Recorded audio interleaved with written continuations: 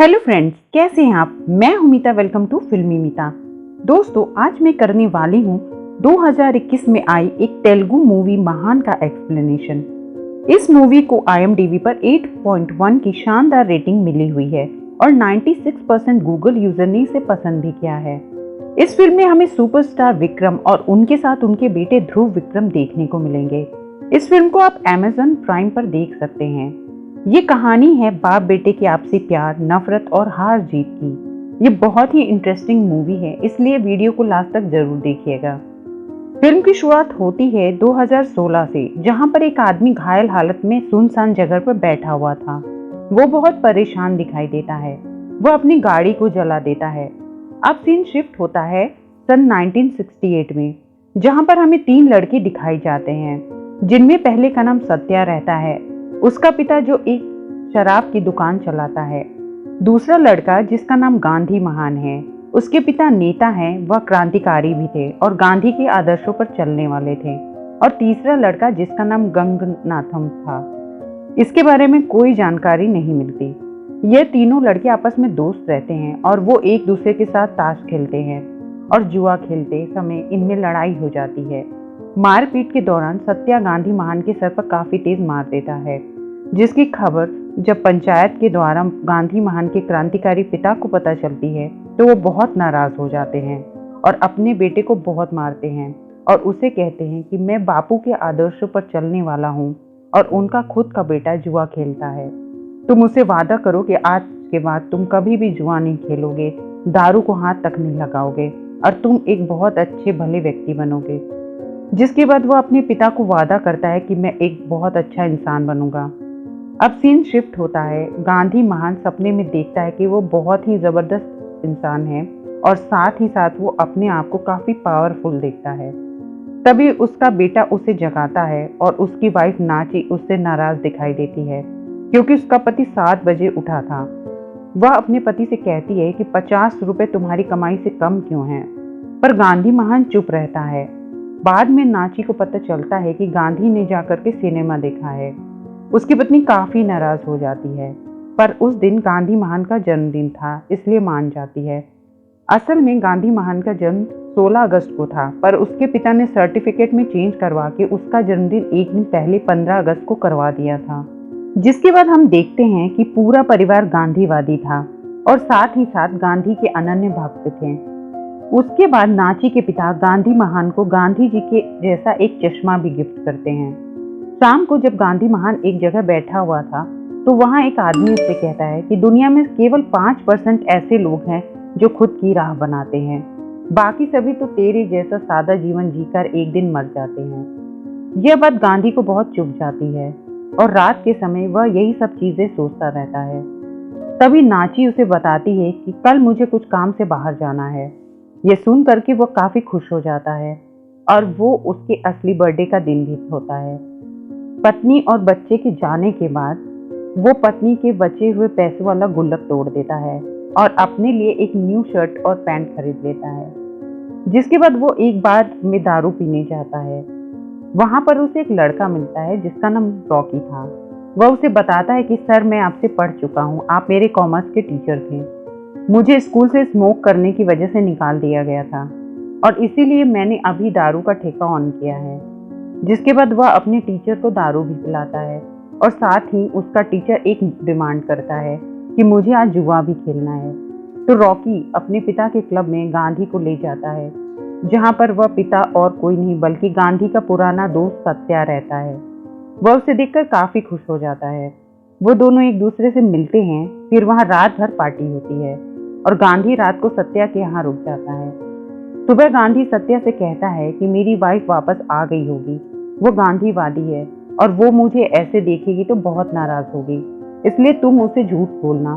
तुम बोल देना कि मेरे छोटा सा एक्सीडेंट हो गया था। फिर सत्या गांधी के घर फोन कर यही कहता है। पर जब सत्या गांधी को छोड़ने के लिए उसके घर जाता है तो उसका ससुर सत्या को पहचान लेता है। जिसके बाद वहां लड़ाई होने लगती है।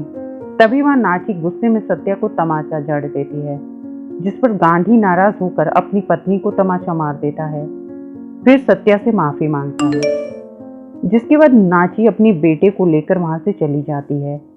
गांधी अपने ससुर के घर उन्हें वापस लाने जाता है, लेकिन वो उसे वापस नहीं मिलते और उसे उसके ससुर भगा देते हैं। नेक्स्ट डे सत्य और रॉकी गांधी के पास आते हैं और उसे कहते हैं कि अगर वो तुम्हें प्यार करते हैं तो वो तुम्हारे पास जरूर वापस आएंगे। उसके बाद गांधी सत्या के साथ उसके घर आ जाता है। वहां दारू पीते पीते गांधी सत्या को एक आइडिया देता है कि अगर तुम अपने बाप के नाम से दारू बेचो तो तुम्हें ज्यादा प्रॉफिट होगा, क्योंकि तुम एक हेल्दी दारू बेचते हो। और फिर वो कहता है कि इस ब्रांड का नाम हम सुरा रखेंगे। इसके बाद गांधी महान और सत्या पूरी तरह से इस काम में जुट जाते हैं और दोनों सुरा से अच्छी कमाई करने लगते हैं। गांधी महान ने अपनी पूरी लाइफ में इतने पैसे नहीं कमाए थे, अब वो बहुत ज्यादा कमाई करने लगा है। एक दिन गांधी महान सभी लीडरों को बैठक बुलाता है, जहां पर वो सत्या को 3 साल तक लीडर बनाए रहने के लिए कहता है। तभी वहां एक दारू के ठेके वाला कहता है कि हम सब लोग भी दारू का ठेका लेते हैं, इसलिए हम लोगों को भी लीडर क्यों नहीं चुना जा रहा है। तो गांधी महान उसे एक ट्रक में बंद करके बाहर छोड़ देता है। नेक्स्ट डे गांधी महान का साला उसके घर आता है और वह उसे अपनी बहन की दूसरी शादी का कार्ड देता है। वह गांधी की पत्नी की दूसरी शादी करवाने वाले थे। यह देखकर गांधी को गुस्सा आ जाता है, दोनों के बीच झगड़ा हो जाता है, तो उसका साला गांधी को एक पंच मार के चला जाता है। जिसके बाद रॉकी गांधी से पूछता है कि ऐसे तुमने उसके हाथ से मार क्यों खाया। तो वो कहता है कि वो एक आर्मी ऑफिसर है, इसीलिए मैंने उसके हाथ से मार खा लिया, क्योंकि मुझे अपने बेटे की बहुत याद भी आ रही थी। जहां पर सत्य उसे रोकते हुए कहता है कि तुम आज से रॉकी को ही अपना बेटा की तरह समझना, और वो रॉकी को अपनी बेटी की तरह मानने लगता है। अब इधर ये लोग एक जगह जाते हैं जहां पर इन्हें एक दारू दी जाती है और उसमें कुछ मिलाया जाता है, जिससे तीनों को नींद आ जाती है। तीनों बेहोशी की हालत में रहते हैं। तभी हम उसी आदमी को देखते हैं जिसे गांधी ने ट्रक में बांधकर कहीं छोड़ दिया था। वो आदमी सत्या को पकड़ लेता है और फिर रॉकी को जान से मारने के लिए हथौड़ा उठाता है, पर तभी गांधी उसके हथौड़े को पकड़ लेता है और फिर उन सभी लोगों में जबरदस्त फाइट होती है, जहां गांधी उन सभी लोगों को धूल चटा देता है। और इधर सत्या और उसका बेटा रॉकी दोनों गांधी के बहुत शुक्रगुजार होते हैं और बहुत खुश भी होते हैं। जिसके बाद 2003 का सीन आता है। यहाँ पर गांधी का पूरा लुक बदल चुका है। सत्या अपने बेटे को लेकर परेशान है और वो कहता है कि मैं अपने बेटे की जान खतरे में नहीं डालना चाहता, इसीलिए हमें अपने बिजनेस को छोटा रखना चाहिए, क्योंकि हम जितना ज़्यादा बिजनेस बढ़ाएंगे हमारी दुश्मनी भी उतनी ज़्यादा बढ़ती जाएगी। इस पर गांधी महान उसकी बात को रोकता है और कहता है तुम्हारे बेटे को प्रोटेक्ट मैं करूँगा, मैं कभी भी उसकी जान को खतरे में नहीं आने दूंगा, और साथ ही सारा धंधा मैं खुद संभालूंगा। जिसके बाद न्यूज़ से उन्हें पता चलता है कि लाइसेंस वाले जितने भी दारू के ठेके थे केवल उन्हीं को दारू बेचने दिया जाएगा, बाकी जितने भी गैर कानूनी दारू के ठेके हैं उन्हें बंद करवाया जाएगा। रॉकी का एक आदमी गांधी महान से कहता है कि सर मैं इस मिनिस्टर को जानता हूँ। इसके बाद वह सभी उससे मिलने के लिए पहुंच जाते हैं, जहां पर उन्हें पता चलता है कि वो मिनिस्टर कोई और नहीं बल्कि गनमनाथ था। वो गांधी से 6 करोड़ की मांग करता है और कहता है कि मुझे 6 करोड़ लगेंगे और मैं तुम्हें वादा करता हूँ कि मैं एक एमएलए को ये पैसे खिला करके तुम्हारा काम करवा दूंगा। जिसके बाद वह एमएलए को 6 करोड़ रुपए दे देता है और उनका काम हो जाता है। इधर रॉकी की शादी हो जाती है और गन्नमनाथ भी आता है। वो गांधी महान के पास जाकर उससे बताता है कि एक समस्या आ गई है, एक आईएएस ऑफिसर है जो कि हमारे काम में अड़ंगा डाल रहा है। तो गांधी महान के आदमी उस आईएएस ऑफिसर को मरवा देते हैं। जिसके बाद गन्नमनाथ एक मिनिस्टर बन जाता है और वह एक मोनोपोली तैयार करता है, और फिर वो गांधी महान और सत्या को कहता है कि तुम इस मोनोपोली पर साइन करो और दारू के सभी ठेकों को अपने में मिला लो और एक साथ दारू का बढ़िया बिजनेस करो, जिससे तुम लोग सबसे ऊपर आ जाओगे। लेकिन ये सब सत्या को पसंद नहीं आता। सत्या कहता है कि मैं इस काम को नहीं करना चाहता क्योंकि इसमें बहुत खतरा है, और फिर वो वहां से उठकर चला जाता है और उसी के साथ गांधी भी वहां से चला जाता है। कुछ सालों बाद यही गन्नमनाथ डिप्टी चीफ मिनिस्टर भी बन जाता है, जिसके बाद वह सभी के लाइसेंस को रद्द करवा देता है जो गांधी और सत्या को मिले थे। जिसके बाद सत्या, गांधी और उसका बेटा रॉकी उससे मिलने के लिए पहुंच जाते हैं और फिर बात करते करते माहौल गर्म हो जाता है। गन्नमनाथ की सिक्योरिटी उन्हें वहां से भगा देती है। जिसके बाद गांधी महान को एक आइडिया आता है और वो गनमनाथ के नाजायज बेटे, जिसका नाम एंटोनी था, वो गांधी के साथ काम किया करता था, उसे इस्तेमाल करता है और एक वीडियो बनाता है। एंटोनी वीडियो में बोलता है कि मेरा बाप और कोई नहीं बल्कि गनमनाथ है, मैं उसकी नाजायज औलाद हूँ, और वो वीडियो गनमनाथ को भेज देता है, जिसे देखकर गनमनाथ बहुत परेशान हो जाता है और गांधी और सत्या को वापस मिलने के लिए बुलवाता है, जहाँ पर वो उनका लाइसेंस वापस देने के लिए कहता है। वहाँ सत्यजीत उसे बहुत सारे थप्पड़ मारता है और फिर वहाँ से चला जाता है। इधर गांधी महान सत्या को कहता है कि तुम्हें उसके दफ्तर में उसे मारना नहीं चाहिए था। नेक्स्ट डे गांधी महान के बर्थडे का दिन आता है। वो अपने दोस्त के साथ बाहर जाता है, जहाँ वो और उसका दोस्त एक जगह पूजा करते हैं। उसका दोस्त कहता है कि तुम माता के सामने जो भी आशीर्वाद मांगोगे तुम्हें जरूर मिलेगा। गांधी वहाँ माता से कहता है कि मुझे मेरे बेटे का एक बार चेहरा दिखा दो, और तभी वहाँ उसका बेटा वापस आ जाता है। उसका नाम दादा भाई नौरोजी होता है और वो एक पुलिस वाला बन चुका था। फिर वो गांधी महान के सामने ही उसके दोस्त को गोली मार देता है और फिर गांधी से कहता है कि आपको टेंशन लेने की जरूरत नहीं है, क्योंकि आप मेरे पिता हैं, इसलिए मैं आपको नहीं मार सकता, लेकिन आपके साथ जितने भी लोग काम कर रहे हैं वह सब मेरे दुश्मन हैं और वह सभी जान से जाएंगे।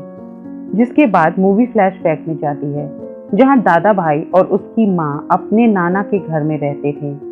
इसके मामा और नाना ने दादा के दिल में गांधी महान के लिए नफरत भर दी थी। दादा भाई के नाना अपनी बेटी की दूसरी शादी भी कराना चाहते थे, लेकिन उसकी माँ ने इनकार कर दिया था, जिससे उसकी दूसरी शादी नहीं हुई थी। बड़े होने पर दादा भाई अपने पिता से बदला लेने के लिए तैयार होता है और साथ ही साथ वो अपने पिता के जितने भी शराब के ठेके थे उन्हें बंद करवाने की ठान लेता है, और फिर वो तैयारी करता है और मेहनत करके एक पुलिस वाला बन जाता है। साथ ही वो डिप्टी चीफ मिनिस्टर गनमनाथ के साथ भी मिल जाता है और वह सत्य और उसके बेटे रॉकी को जान से मारने की प्लानिंग करते हैं। उसके बाद दादा एंटोनी को उठा लेता है और एंटोनी का एनकाउंटर कर देता है। जब वो एनकाउंटर कर रहा था तो सारी आवाजें वो गांधी महान और रॉकी को फोन पर सुनाता है। अगले दिन गांधी महान अपने बेटे दादा को अपने पास घर बुलवाता है और ये बदले का खेल बंद करने के लिए कहता है, लेकिन दादा गांधी से कहता है कि अभी तो ये शुरुआत है, आप मेरे बाप हैं इसलिए मैं आपको तो नहीं मार सकता, लेकिन आपके जितने भी लोग हैं उन्हें जरूर मारूंगा। जिसके बाद गांधी महान भी उसे कहता है कि बेटा तू मेरा बेटा है इसलिए मैंने तुझे छोड़ रखा है, लेकिन ये बहुत दिनों तक नहीं चलेगा, क्योंकि तेरे जितने भी पुलिस वाले साथी हैं, अगर मैं चाहता तो उन्हें तुरंत मार सकता था, पर मैंने तेरी वजह से उन्हें नहीं मारा। उसके बाद रॉकी गांधी महान और सत्या से कहता है कि जिसने एंटोनी को मारा है उसकी खबर मिल गई है, वो एक पुलिस वाला है और कल हमें उसका खेल खत्म करना है। जिसके बाद गांधी महान रॉकी को एक प्राइवेट प्लेस पर बुलाता है, जहाँ पर वो उसे बताता है कि वो लड़का जिसे तुम मारने वाले हो वह कोई और नहीं बल्कि खुद मेरा बेटा है। ये सुनकर रॉकी शॉक्ड रह जाता है। वह कहता है कि मैं उससे जरूर मिलूंगा, और दोनों दादा भाई से मिलने पहुंच जाते हैं, जहाँ पर गांधी उसे समझाने की बहुत कोशिश करता है, लेकिन दादा नहीं मानता। तो रॉकी दादा को समझाने लगता है कि आपके पिता ने मेरे साथ 20 साल गुजारे हैं, पर मुझे बेटे की तरह मानते हैं, लेकिन फिर भी एक दिन भी ऐसा नहीं गया जब उसने तुम्हारी बात ना की हो। ये सब सुन करके दादा काफ़ी इमोशनल होने का नाटक करता है और फिर उसके बाद कहता है कि मैं तुम्हें क्या लगा कि मैं तुम्हारे इस ड्रामे की स्क्रिप्ट से मान जाऊंगा। और फिर वह अचानक गोली चला देता है जो सीधा रॉकी के हाथ पे लगती है। यह देखकर गांधी रॉकी को बचाने के लिए सामने खड़ा हो जाता है, लेकिन दादा अपने बाप को भी उठा करके कुर्सी से मारता है, जिसके बाद गांधी गिर जाता है और फिर वह रॉकी को गोली मार देता है। रॉकी वहीं पर दम तोड़ देता है। गांधी उसे अपने गले से लगाकर बहुत रोता है। फिर गांधी गुस्से में अचानक से उठता है और अपनी गोली से जितने पुलिस वाले वहां थे उन सबको मार देता है, और फिर वह अपने बेटे पर भी गन तान देता है और उसका बेटा उसके ऊपर। जिसके बाद उन दोनों में काफ़ी फाइट होती है, लेकिन दादा अपने पिता को शुरुआत में हरा देता है। गांधी जमीन पर पड़ा पड़ा पुरानी बातों को सोचने लगता है। जब रॉकी गांधी महान से कहता है कि अगर वह आपका बेटा है तो मैं उसे नहीं मारूंगा, क्योंकि वो मेरे छोटे भाई की तरह है, इसलिए हम लोग साथ में चलेंगे और बात करेंगे। गांधी महान नहीं चाहता था कि वह दादा के पास जाए, क्योंकि वो जानता था कि रॉकी की जान को खतरा है। लेकिन रॉकी के काफ़ी जिद करने पर गांधी उसे दादा के पास लेकर आने को तैयार हो गया था। इसीलिए रॉकी की मौत का जिम्मेदार वो खुद को मानता है। जिसके बाद वह अचानक से उठता है और अपने बेटे के सर पर बहुत तेज मारता है और उसके बेटे का सिर सीधा टेबल से जाकर टकराता है। फिर गांधी उसे बहुत मारता है, जिससे दादा बेहोश हो जाता है। नेक्स्ट सीन में गांधी महान दादा के घर जाता है, जहां उसे उसकी माँ यानी कि नाची मिलती है। वो गांधी को देखकर उसे गले लगा लेती है। जिसके बाद गांधी अपनी वाइफ से कहता है कि अगर अपनी बेटी की सुरक्षा चाहती है तो यहाँ से उसे कहीं बाहर लेकर चली जाओ, क्योंकि यहाँ पर उसकी जान को खतरा है, क्योंकि उसने रॉकी को जान से मार दिया है। इसलिए सत्या अब उसे छोड़ेगा नहीं। फिर गांधी सत्या के घर जाता है। दोनों रॉकी की बॉडी के पास बहुत रोते हैं और अब सत्या ने ठान लिया था कि उसके बेटे के कातिल को जान से मारेगा। इधर दादा की माँ उसे समझाने की काफ़ी कोशिश करती है, लेकिन वह उसकी बात सुनता ही नहीं है। इधर हम देखते हैं कि सत्या गांधी से कहता है कि मुझे लगता है कि इन सब के पीछे गनमनाथ है, क्योंकि उसने ही इस स्पेशल टास्क फोर्स का निर्माण करवाया है हम लोगों से बदला लेने के लिए, और रॉकी की मौत का जिम्मेदार भी वही है। ये सुनकर गांधी कहता है कि मैं तुम्हारे बेटे की मौत का बदला जरूर लूंगा।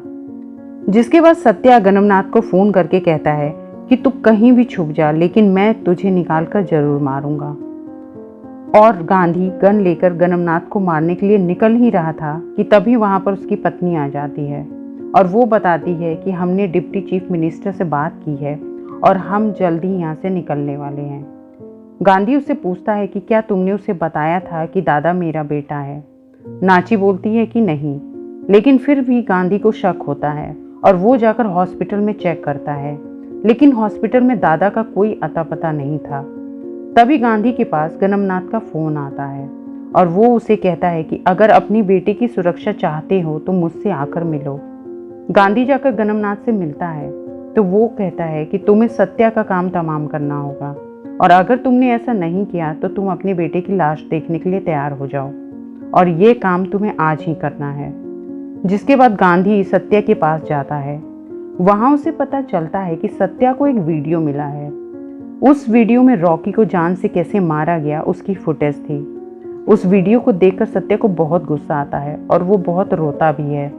जिस किसी ने भी ये काम किया है मैं उसे जिंदा नहीं छोड़ूंगा। तभी उस वीडियो में सत्या को गांधी बैठा हुआ दिख जाता है। अब गांधी महान सत्या को सच बताता है कि जिसने एंटोनी और रॉकी को मारा है वो और कोई नहीं था बल्कि मेरा ही बेटा है। वह एक पुलिस वाला है और वही इनकाउंटर स्पेशलिस्ट भी है। ये जानकर सत्या बहुत गुस्सा हो जाता है और वह गांधी महान को अपने लोगों से बहुत पिटवाता है। सत्या कहता है कि गनमनाथ से बड़ा दोषी तुम्हारा बेटा और तुम स्वयं हो। तुम्हारे बेटे ने मेरे बेटे को जान से मारा है, इसलिए मैं तुम्हारे सामने तुम्हारे बेटे को जान से मारूंगा। गांधी ने उसे समझाने की बहुत कोशिश की, लेकिन सत्या को सुनने को तैयार ही नहीं था। जिसके बाद गांधी मजबूर होकर के सत्या और उसके सारे जितने भी लोग थे उन सभी को गोली से मार देता है। अब सीन वहीं 2016 का शिफ्ट होता है, जहां पर गांधी अपनी गाड़ी जला करके एक जगह पर बैठा रहता है। यहाँ पर उसे उसका बेटा दादा का फोन आता है और फिर वह अपने पिता को लेकर के गाड़ी में बैठता है। यहाँ पर वो अपनी प्लानिंग का पूरा हिस्सा बताता है और वो कहता है कि मुझे पता था कि आप सत्या और उसके लोगों को ज़रूर मारेंगे और मैं चाहता था कि आप अपने हाथ से उन्हें मारें, क्योंकि ये मेरी प्लानिंग का हिस्सा था। मैंने डिप्टी चीफ मिनिस्टर से बात की थी और उन्हें बताया था कि मेरे फादर मुझे बहुत प्यार करते हैं और इसीलिए अगर आप मेरा झूठा किडनैपिंग का नाटक करोगे तो वह ज़रूर सत्या को और उसके साथियों को मार देंगे। और देखिए पापा, जैसे सत्या ने एक बार हमें आपसे छीना था, वैसे ही आज मैंने सत्या को और आपके हाथ से मरवा दिया। ये सब सुनकर उसके बाप को अपने ऊपर बहुत शर्म आती है और साथ ही साथ वह अपने बेटे से बदला लेने की ठान लेता है। फिर वह अपने बेटे के लिए एक प्लान सोचता है और दादा से कहता है कि जब गनमनाथ ने फ़ोन किया था तो उसने बताया था कि तुम्हारा पूरा परिवार मेरे कब्जे में है, तो तुम्हारी माँ कहाँ है, उसके बारे में बताओ। दादा परेशान हो जाता है और कहता है कि माँ के बारे में तो मुझे कुछ भी पता नहीं है। जिसका फ़ायदा उठाकर गांधी उसे भड़का देता है कि गनमनाथ ने तुम्हारी माँ को किडनैप कर लिया है और उसे जान से मारने वाला है। उसके बाद दादा को झूठा नाटक दिखाने के लिए गांधी अपने नौकर को फ़ोन करता है और उसे कहता है कि मैं एक एड्रेस भेजूंगा जो दादा की माँ के घर का है, वहाँ जाकर देखो कि उसकी माँ है कि नहीं। फिर वो एड्रेस भिजवाता है। उसका नौकर वहाँ पहुँचकर वीडियो कॉल भी करता है। वो वीडियो कॉल में दिखाता है कि इस घर में सारा सामान बिखरा पड़ा है, लेकिन यहाँ पर कोई भी मौजूद नहीं है। दरअसल उस घर में कोई भी इसलिए मौजूद नहीं था क्योंकि दादा की माँ अपने घर में ना होकर के खुद गांधी महान के घर में बैठी हुई थी, जिसको गांधी के कहने पर भांग पिला करके सुला दिया गया था। इसके बाद गांधी महान अपने बेटे को कहता है कि तुम अपनी माँ का बदला लो और गनमनाथ को जान से मार दो, क्योंकि उसने तुम्हारी माँ को अगवा किया है। और दादा ऐसा करने के लिए राजी हो जाता है। जिसके बाद गांधी महान हंसते हुए अपने घर वापस चला जाता है और वहाँ अपनी वाइफ को सोता हुआ देखकर हंसने लगता है। फिर वो एक गन से अपनी जितनी भी दारू की बोतल थी उन सबको तोड़ देता है, बस सुरा की बोतल ही संभाल कर रखता है। फिर वो गनमनाथ को फ़ोन करता है और उसे कहता है कि तुझे याद है हम एक खेल खेला करते थे जिसमें एक बार तूने मेरे कुत्ते को चुरा लिया था, जिसके बाद मैंने अपने कुत्ते को तुझे काटने के लिए भेजा था, क्योंकि मेरा कुत्ता पालतू था और मेरी बातों को बहुत मानता था। इस वजह से तेरे चेहरे पर एक निशान भी बन गया था। आज वह कुत्ता और कोई नहीं बल्कि मेरा बेटा है, दादा है, और वह तेरी चमड़ी भी खा लेगा। फ़ोन कटते ही दादा उसके ऊपर गोली चला देता है और फिर उसके साथ उसके जितने भी आदमी थे सबको मार देता है। तभी दादा के पास उसके पिता गांधी का फ़ोन आता है। गांधी महान दादा से कहता है कि बेटा कैसा लगा, तूने मुझसे एक प्लानिंग की थी, फिर मैंने भी एक प्लानिंग की, क्योंकि बाप बाप होता है और बेटा बेटा होता है, इसीलिए कहते हैं कि बाप से कभी प्लानिंग नहीं किया जाता। तेरी वजह से मैंने सत्या को जान से मार दिया, पर मैं और सत्या क्रिमिनल थे, इसलिए मेरे बारे में किसी को पता नहीं चलेगा। सत्या के मरने से किसी का नुकसान नहीं हुआ और पुलिस इस केस को शायद दर्ज भी नहीं करेगी, पर तू इतना बड़ा इनकाउंटर स्पेशलिस्ट था, बहुत फेमस पुलिस वाला था, पर आज तू एक हत्यारा बन गया है। तुमने जिसे मारा है वो डिप्टी चीफ मिनिस्टर था। तुम्हारे जैसा गांधीवाद के आदर्शों पर चलने वाला व्यक्ति आज एक क्रिमिनल बन गया है। अब तुझे जेल में पूरी उम्र सड़ना होगा और तेरी यही सजा है, क्योंकि तूने मेरे बेटे के समान रॉकी को मारा था।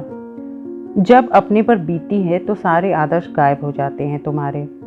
मैंने सोचा था कि तू मेरा बेटा है, इसलिए तेरी जान खतरे में सोच मैंने अपने दोस्त सत्या तक को मार दिया, लेकिन तूने मेरे साथ ही प्लानिंग की, इसीलिए तुझे अब भुगतना होगा। फिर दोनों बाप बेटा जहाँ पर होते हैं वहाँ पर सूरा पीते हैं और फिर इस मूवी का एंड हो जाता है। तो आपको ये फिल्म कैसी लगी? वीडियो पसंद आया हो तो चैनल को सब्सक्राइब और वीडियो को लाइक शेयर ज़रूर करें। तो मिलते हैं एक और इंटरेस्टिंग मूवी के साथ, तब तक के लिए bye bye. Thanks for watching.